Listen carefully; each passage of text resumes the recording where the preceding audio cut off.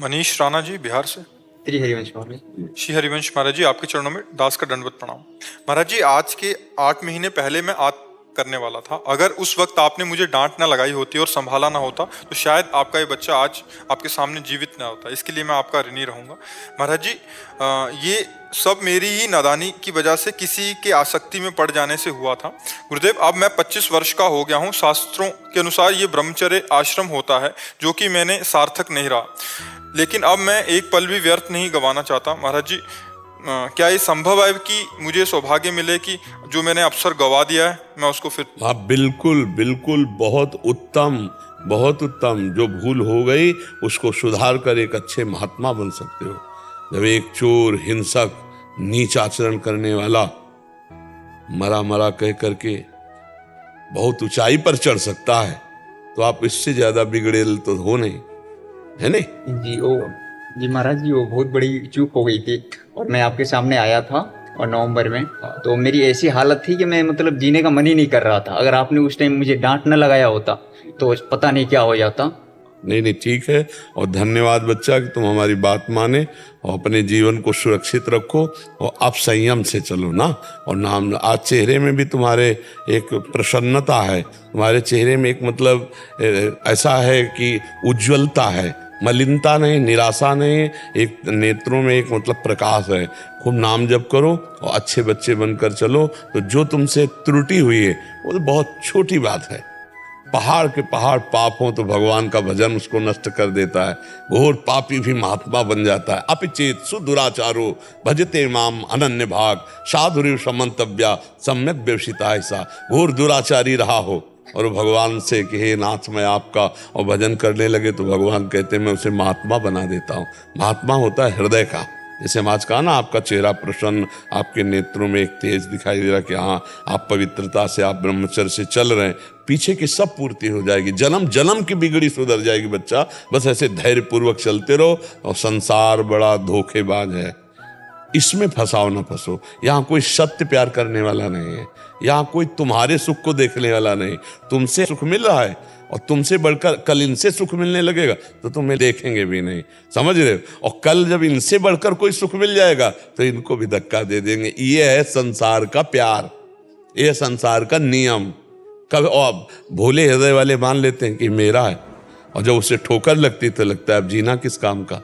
जो मेरा है वही मुझे ठुकरा के चला गया, अच्छा हुआ ठुकरा दिया। तो कम से कम सत्य का मार्ग तो समझ में आया। अगर ना ठुकराता है तो उसी असत्य में प्यार मानकर हमारा जीवन फंसा रहता। बड़ी कृपा भगवान ने की, क्योंकि धोखा मिलने से सत्य मार्ग तो मिल गया। जब चिंतामणि वैश्या ने बिल्वमंगल को धक्का लगवा के निकलवा दिया, क्योंकि अब कुछ पास था नहीं, तब उनको जब कोई रास्ता नहीं रहता तब एक रास्ता रहता है भगवान का। तब उन्होंने भगवान का आश्रय लिया और आगे चलकर बहुत बड़े महापुरुष हुए। बिल्वमंगलाचार्य जी कहा गया उनको। जहां वैश्यागामी वहां बिल्वमंगलाचार्य कहा गया। और भगवान श्री कृष्ण का साक्षात्कार किया और अद्भुत लीलाओं का गायन किया। तो आप भी भगवान के अंश हैं, कोई कमी थोड़ी। खूब अच्छे से चलो, ठीक है महाराज जी, मैं श्री जी को पाना चाहता हूँ, क्या ये संभव है? मैं बिल्कुल, अगर संभव न होता तो श्री जी। ऐसा कभी कभी लगता है कि मैंने तो अवसर तो गंवा दिया, मतलब बहुत गलत। नहीं नहीं नहीं नहीं नहीं, बिल्कुल मत। पीछे ना ना ना, पीछे की छोड़ो, पीछे की छोड़ो, आगे की देखो। आप अपने को मत देखो, श्री जी को देखो। वो कितने करुणामय हैं, वो कितने कृपालु हैं। हम अपनी तरफ देखें तो हमारे कदम आगे नहीं बढ़ पाएंगे, और जब हम श्री जी की तरफ देखते हैं तो दौड़ लगाने का मन होता है कि यार करुणामयी है, क्षमाशील है, वो हमें क्षमा कर दिए हैं, तभी हमें संत समागम मिला। देखो ये भाग्य से मिलता है। बड़े बड़े जब बड़े भाग पाइप सत्संगा, बड़े भाग्य। अब मोहि भा भरोस हनुमंता, बिनु हरि कृपा मिले नहीं संता। ये कृपा हुई है। अगर श्री जी हमको कृपा न करती तो हमको सौभाग्य नहीं मिलता, और जब ये कृपा कर दी तो फिर भजन करके हम श्री जी को प्राप्त कर सकते हैं, पक्का प्राप्त कर सकते हैं। देखो हमारी श्री जी इतनी कृपालु। तुम्हें एक घटना बताएं। एक पति पत्नी थे, तो उनकी पत्नी का नाम था किशोरी, और वो बहुत अपनी पत्नी पे प्यार करते थे, आसक्त जैसे संसारी पुरुष रहते हैं। अब काल की घटना, उनकी पत्नी मर गई।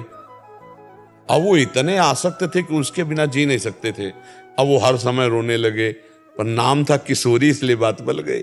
हाँ किशोरी, हाँ किशोरी। तो एक दिन बरसाने कोई उनके एरिया के आ रहे होंगे, तो वैसे ही दिमाग में कुछ सुर्धी नहीं, उन्हीं के साथ बरसाने आ गए। तो रात्रि में गहवर वन के पहाड़ में वो एकांत में प्रेमी का हृदय विकल होता है, तो अपनी पत्नी की याद करके रो रहे थे, किशोरी, हाँ किशोरी। तो श्री जी ने ललिता से कहा, देखो मुझे कोई पुकार रहा है। तो ललिता जी ने कहा, आपको नहीं पुकार रहा, उसकी पत्नी का नाम किशोरी है।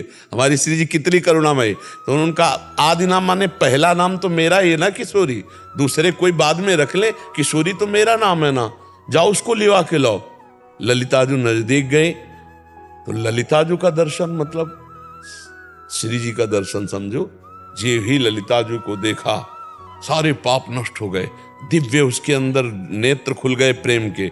और ललिता जी ने कहा, चल तुझे श्री जी बुला रहे हैं। और जे श्री जी को देखा तो अब असली किशोरी को देखा, नकली शरीर के लिए लो, अब तो खत्म। वही बहुत बड़े महात्मा हुए, क्या नाम उनका? अली किशोरी। अली किशोरी जी, बहुत बड़े संत हुए अली किशोरी जी। तो समझ पा रहे हो, पत्नी में आसक्त और बहुत बड़े महात्मा अली किशोरी जी हुए। तो तुम तो अभी बच्चे हो, खूब भजन करो, श्री जी क्यों नहीं मिल जाएंगी? कभी कभी जैसे गुरु जी ना कि ये मेरे अंदर ऐसी भावना आती है कि मैं श्री जी को प्राप्त करूंगा, मैं श्री जी तक पहुंचूंगा, तो ऐसे मन में अंदर आता है ना कि तू करेगा, तू तो इतना हाँ, तो उसी समय उत्तर, तो उसी समय उत्तर दो कि हूं तो उन्हीं का अंश जी, यही भरोसा। वो, हाँ उन्हीं का अंश हूं, मैं क्यों नहीं श्री जी को प्राप्त कर सकता? श्री जी बहुत करुणा, ऐ मन तेरी बात मैं नहीं मानता, तूने तो सदा सलाह देकर मुझे नीचे गिराया है, अब मैं संतों की सलाह से तेरी बात को काट करके मैं आगे बढ़ूंगा। तभी मन को अधीन करके भगवत प्राप्ति की जाती है। अच्छे से चल।